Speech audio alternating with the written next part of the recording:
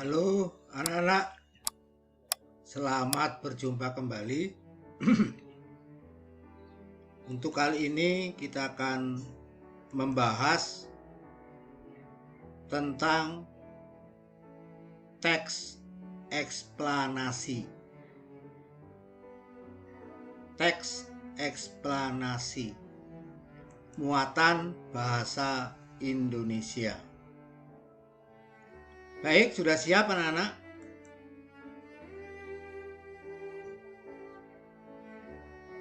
Kita akan mulai bersama-sama.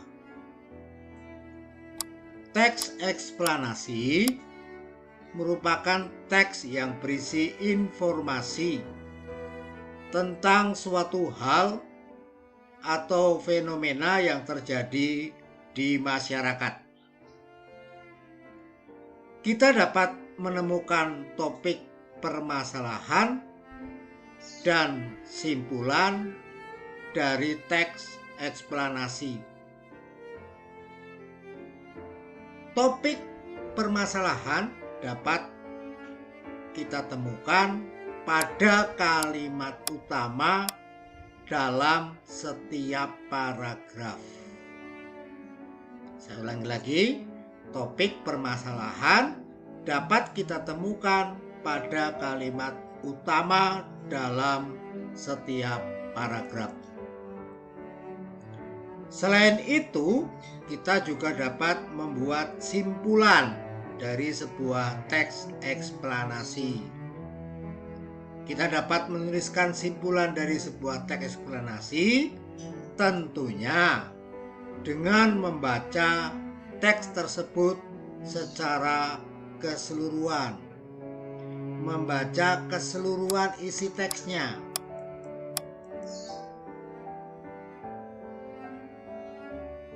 Teks eksplanasi berisi tentang proses mengapa dan bagaimana suatu peristiwa alam, ilmu pengetahuan, sosial, budaya, dan lainnya mengapa bisa terjadi. Peristiwa alam maupun sosial yang terjadi di sekitar kita selalu mempunyai hubungan sebab akibat dan proses. Melalui teks eksplanasi ini, setiap kejadian yang terjadi di sekitar kita tidak hanya bisa diamati dan dirasakan, namun bisa juga digunakan sebagai bahan pembelajaran. Hal tersebut untuk mengetahui mengapa kejadian tersebut bisa terjadi. Jadi intinya tujuan dari teks eksplanasi itu untuk menjelaskan fenomena yang terjadi dan menjelaskan sebab akibatnya mengapa peristiwa itu terjadi.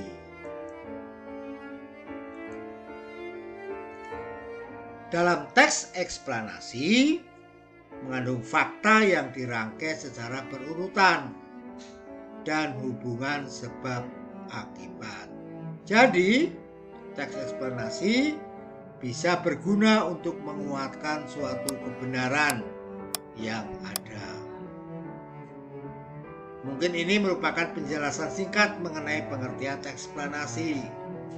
Dan untuk mengetahui, memahami lebih dalam lagi tentang teks eksplanasi, bisa membaca ciri-cirinya, strukturnya, hingga contoh-contoh teks eksplanasi.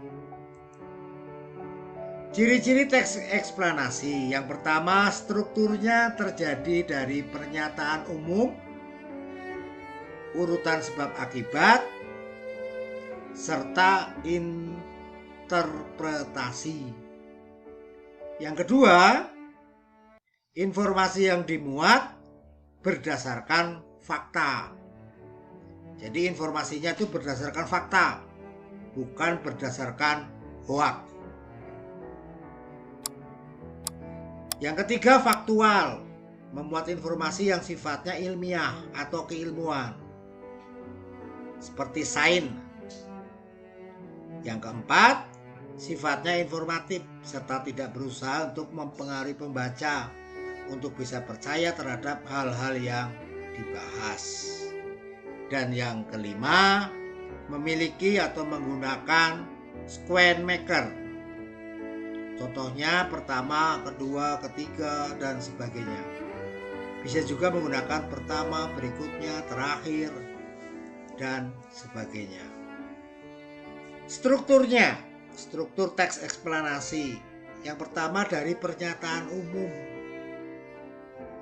Pernyataan umum tentang topik yang akan dijelaskan pada proses terjadinya atau dalam proses keberadaannya.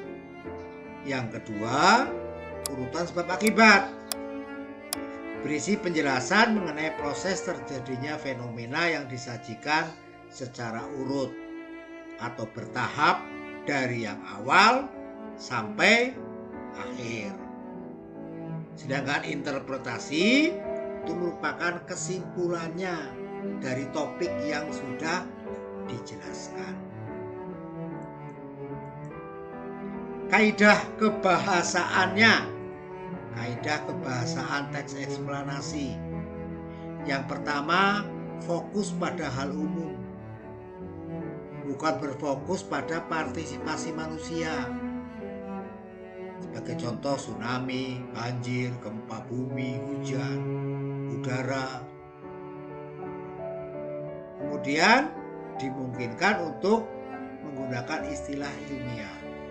Lebih banyak menggunakan verbal material, ya, dengan kata kerja yang aktif, menggunakan konjungsi waktu dan kausalitas. Kata-kata yang bisa dipakai misalnya sehingga, pertama, jika, bila, sebelum, kemudian. Kemudian menggunakan kalimat pasif. Teks eksplanasi ditulis untuk membuat justifikasi bahwa sesuatu yang diterangkan dengan secara kasual benar adanya. Bagaimana langkah-langkah penyusunannya? Yang pertama harus menentukan topik. Topiknya ini harus menarik. Maka tentukan topik yang menarik. Misalnya fenomena alam atau sosial atau budaya. Ya. Kemudian topik yang kedua, membuat rancangan kerangka teks. Kerangkanya itu ya identifikasi fenomena, penggambaran rangkaian kejadian, kemudian ulasannya, dan mengumpulkan referensi, cantumkan fakta, data, kumpulkan sebagai gambaran rangkaian kejadian. Kemudian mengembangkan teks. Yang keempat. Yang kelima, menyunting teks. Maka periksa dan baca kembali teks yang telah dibuat. Kemudian disunting, artinya jika ada kalimat yang tidak sesuai atau kesalahan dalam penulisan bisa diperbaiki. Kita dapat menemukan informasi teks eksplanasi dengan menjawab pertanyaan, itu bisa. Kemudian tujuannya memperjelas kepada pembaca mengenai proses terjadinya. Kemudian teks eksplanasi juga memiliki struktur agar mudah dipahami. Berikutnya, strukturnya terdiri dari atas pernyataan umum sebagai pembuka, deret penjelas sebagai isi, dan penutup sebagai simpulan. Kita dapat memahami teks eksplanasi dengan cara membaca yang cermat. Maka kita dapat mengajukan pertanyaan-pertanyaannya menggunakan kata apa, di mana, kapan, siapa, mengapa, bagaimana, dari teks yang kita baca. Kita dapat menuliskan informasi tersebut dalam bentuk diagram biar lebih mudah. Berikutnya, tegaskan lagi struktur teksnya dari pernyataan umum sebagai pembuka, deret sebagai isi, deret menjelas, kemudian penutup sebagai kesimpulan. Maka kita dapat mencatat pokok pikiran dari setiap paragraf dalam bentuk kata atau kalimat kunci supaya bisa kita susun menjadi paragraf yang padu. Terima kasih. Hanya itu penyampaian dari Bapak. Semoga bisa bermanfaat untuk hari-hari berikutnya dan bisa bertemu kembali dengan Bapak dengan materi yang berbeda. Terima kasih.